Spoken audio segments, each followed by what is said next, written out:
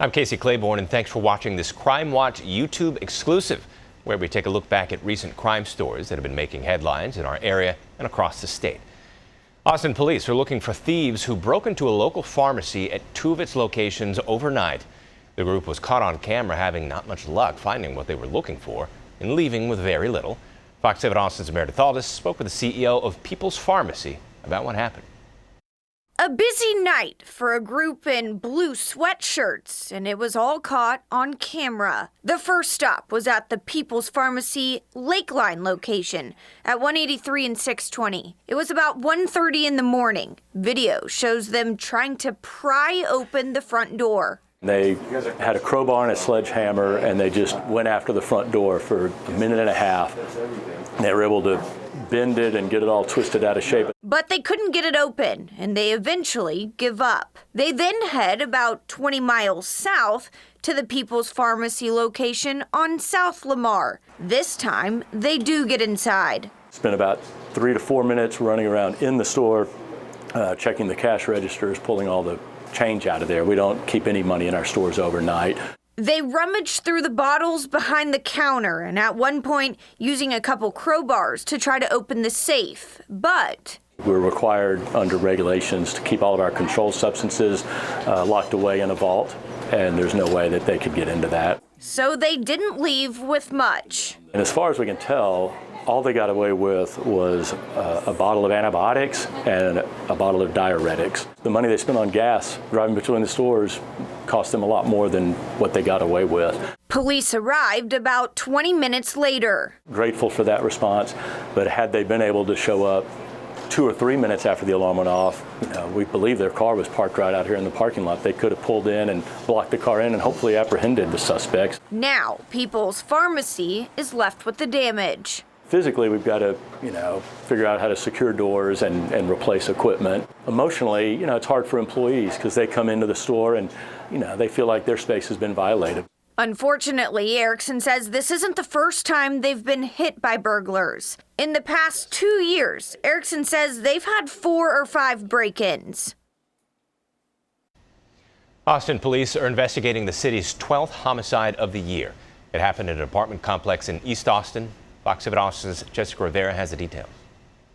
APD says they are still in the early stages of the investigation. They believe that this is an isolated incident. Officers responded to a hotshot call around 11:20 p.m. last night at the Fort Branch apartment complex. When officers arrived on scene, they found a Hispanic man in his 40s with obvious trauma wounds to his body. EMS arrived on scene to assist. They attempted to save the man's life. However, he did die on scene. Austin Fire Department was also called on scene. However, APD wasn't able to confirm with us why they were here. Life-saving measures were performed, but the victim was pronounced deceased at the scene. We do not have any suspect information available at this time, but investigators do believe this to be an isolated incident with no ongoing threat to the public. APD says this is an isolated incident, but they are still asking the residents in the area to stay vigilant. In East Austin, I'm Jessica Rivera. Georgetown police are searching for a driver they say pulled over, kidnapped a woman, and then raped her. Detectives say it happened around 1 a.m. on March 20th near the intersection of West Valley and North Main Street. The victim was walking down the road when a car stopped and a man armed with a knife zip-tied her hands and forced her in the vehicle. He drove her to a secluded area and assaulted her before dropping her off back where she was picked up. He is described as a white man with long red hair, a long red beard, and a slender build. They're also looking for a metallic silver hatchback that's smaller than an SUV. If you have any information, call the Georgetown Police Department. A man accused of threatening to kill President Joe Biden and Elon Musk in January is out of jail. He claims he, quote, went a little crazy and says it wasn't what it seemed. Fox 7 Austin's Meredith Aldis spoke exclusively with this man. I make one New Year's resolution, and it has completely uprooted my life. Justin McCauley, who was an engineer for Tesla, says his resolution was to stop taking his antidepressant medication. So I white-knuckled it. That's when he says the side effects hit. I was blindfolding myself, putting headphones on because I was having blurred vision, slanted vision, possibly hallucinations, possibly hearing things, He posted videos about it and also started threatening people online. I trolled Biden. I trolled Ben Shapiro, Candace Owens, all these people that I was tagging, and then I defeated them. But I used the word kill for attention, and attention I got. One post saying, quote, "I'm planning to kill all of you." He also posted saying, quote, "I will arrive in Texas where the war has begun," tagging X and Tesla. McCauley then did head south from his home in Minnesota to Texas. The original thought of me leaving Minnesota was to go see if I was actually losing my mind or are we being invaded at the border. He says he made a stop in Oklahoma and his plan changed. I rented a hotel room and I had this homeless man that I found who was covered in his own filth. I went to Walmart and bought this man socks, shoes, underwear, shirt, pants, took him to my hotel room, got him a razor, a toothbrush, because the whole goal was to take that man to Tesla and try to get him a job. Law enforcement pulled him over in Oklahoma, and court records say McCauley told them he wanted to talk to the president, saying, quote, "Wouldn't you want to talk to the president if you knew you were going to die tomorrow?" McCauley continued down I-35 when he was stopped by Travis County Sheriff's deputies. All of a sudden, my car is surrounded on the freeway, helicopter in the air and everything. And they literally pull me off the freeway. He was arrested for terroristic threat and booked into the Travis County Jail. 2 weeks into jail is when it took me to be like, what is going on? You know, because I was in such a fog. He says that's when he realized what he did. And everything I did was completely insane. It seems like a bad dream. McCauley has lost his job at Tesla, but says he now wants to be an advocate for people with mental health issues. All of this is a big redirection of my life. McCauley's wife ended up bonding him out about 2.5 weeks ago. I never criminally did anything. How did I end up in jail and not in a crazy bin, in a psych ward? You know, like, there was never any criminal action other than terroristical threats, which come from my psychosis. McCauley has a hearing March 27th. A former teacher in South Texas is accused of having sex with up to 12 boys from her school. 24-year-old Jaden Charles was a teacher at Agua Dulce High School, about a half hour away from Corpus Christi. A parent of a student reported Charles to police, saying their son was seen leaving the campus with a teacher without authorization. Police say Charles reportedly bought boys vaping accessories, got them intoxicated, and then had sex with them. The criminal complaints go back 2 years. Charles' own mother turned her into police. She's charged with grooming and aggravated sexual assault. Dallas police released new details and video after an officer was shot during a chase. The shooting happened as undercover officers were following a stolen car. Fox's Alex Boyer has the story.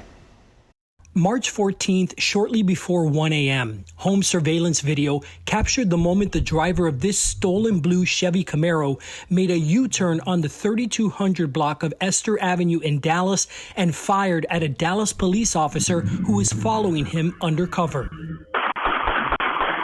Driver of the blue Camaro fired 5 rounds at the officer's car, hitting it twice. One of the rounds went in the driver's door and hit the officer in his hip. The officer, Tyler Morris, later posted pictures of his recovery at the hospital. At Monday's news conference, Chief Eddie Garcia said the shooting suspect, identified as 17-year-old Jahart Nickelberry, had been driving erratically, and that's why Officer Morris followed him. Driving recklessly, doing donuts, and nearly hitting an unmarked police vehicle. After the officer was shot, he radioed for help as the Camaro took off.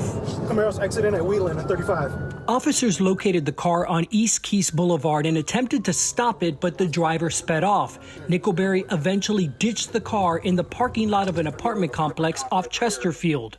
A freeze frame of police dash camera video shows what Chief Garcia says is a gun in Nickelberry's hand. He and 2 others ran from the Camaro. 3 others stayed in the car. With the help of Air One, officers were able to locate Nickelberry and take him into custody. A second passenger, a 15-year-old female, was caught after a short foot chase. Garcia says investigators later learned the stolen Camaro was involved in an aggravated robbery earlier that night and believe Nickelberry was also responsible. Garcia says property belonging to the robbery victim was found in the Camaro. Detectives also found several weapons, including a gun that had been reported stolen out of Louisiana. Garcia says Nickelberry is also believed to have been involved in a home invasion in Ellis County that ended with Glen Heights police shooting and killing one suspect. I know for a fact that my officers prevented further violent crimes to have been committed that night and future crimes. And we're lucky that we did not lose an officer in the process. A mother shot twice in the head by security guards outside the Houston Zoo is sharing her side of the story. 28-year-old Diamond Hunter says she was moving her car in the parking lot when zoo security mistook her actions. Hunter says the situation stemmed from an argument over a parking spot. She says it escalated when a man stopping her from parking hit her 2-year-old son. Security fired into the vehicle after she hit a guard who approached her vehicle.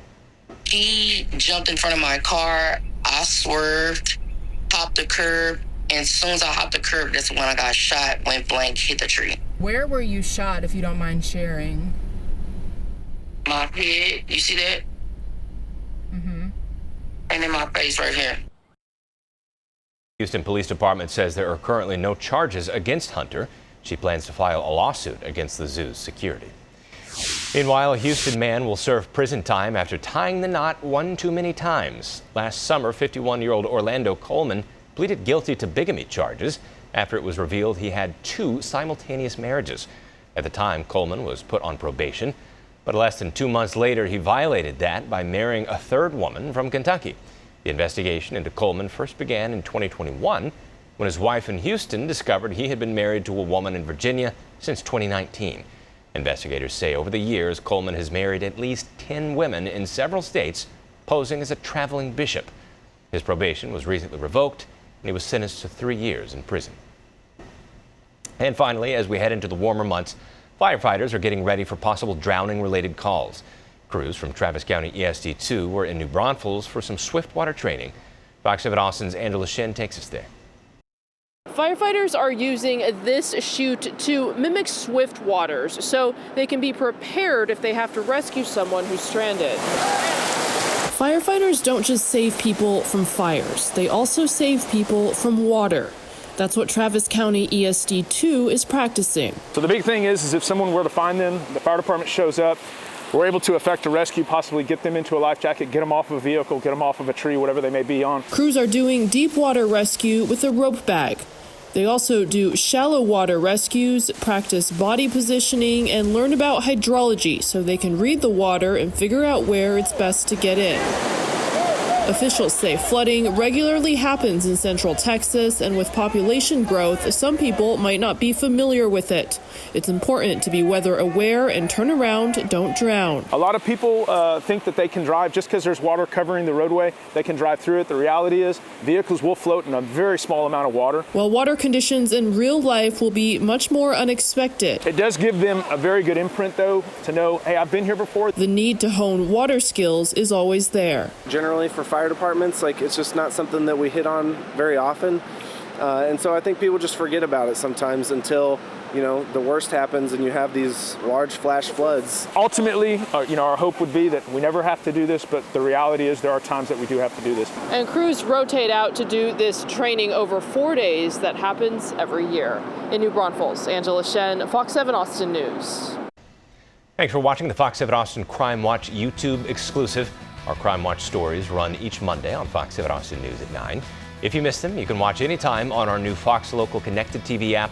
It's free to download, and you can watch on multiple platforms like Roku and Apple TV. Just scroll down from the live player and look for the Crime Watch section. For more on the stories highlighted in this episode, you can head to our website, fox7austin.com, and don't forget to subscribe to the Fox 7 Austin YouTube channel.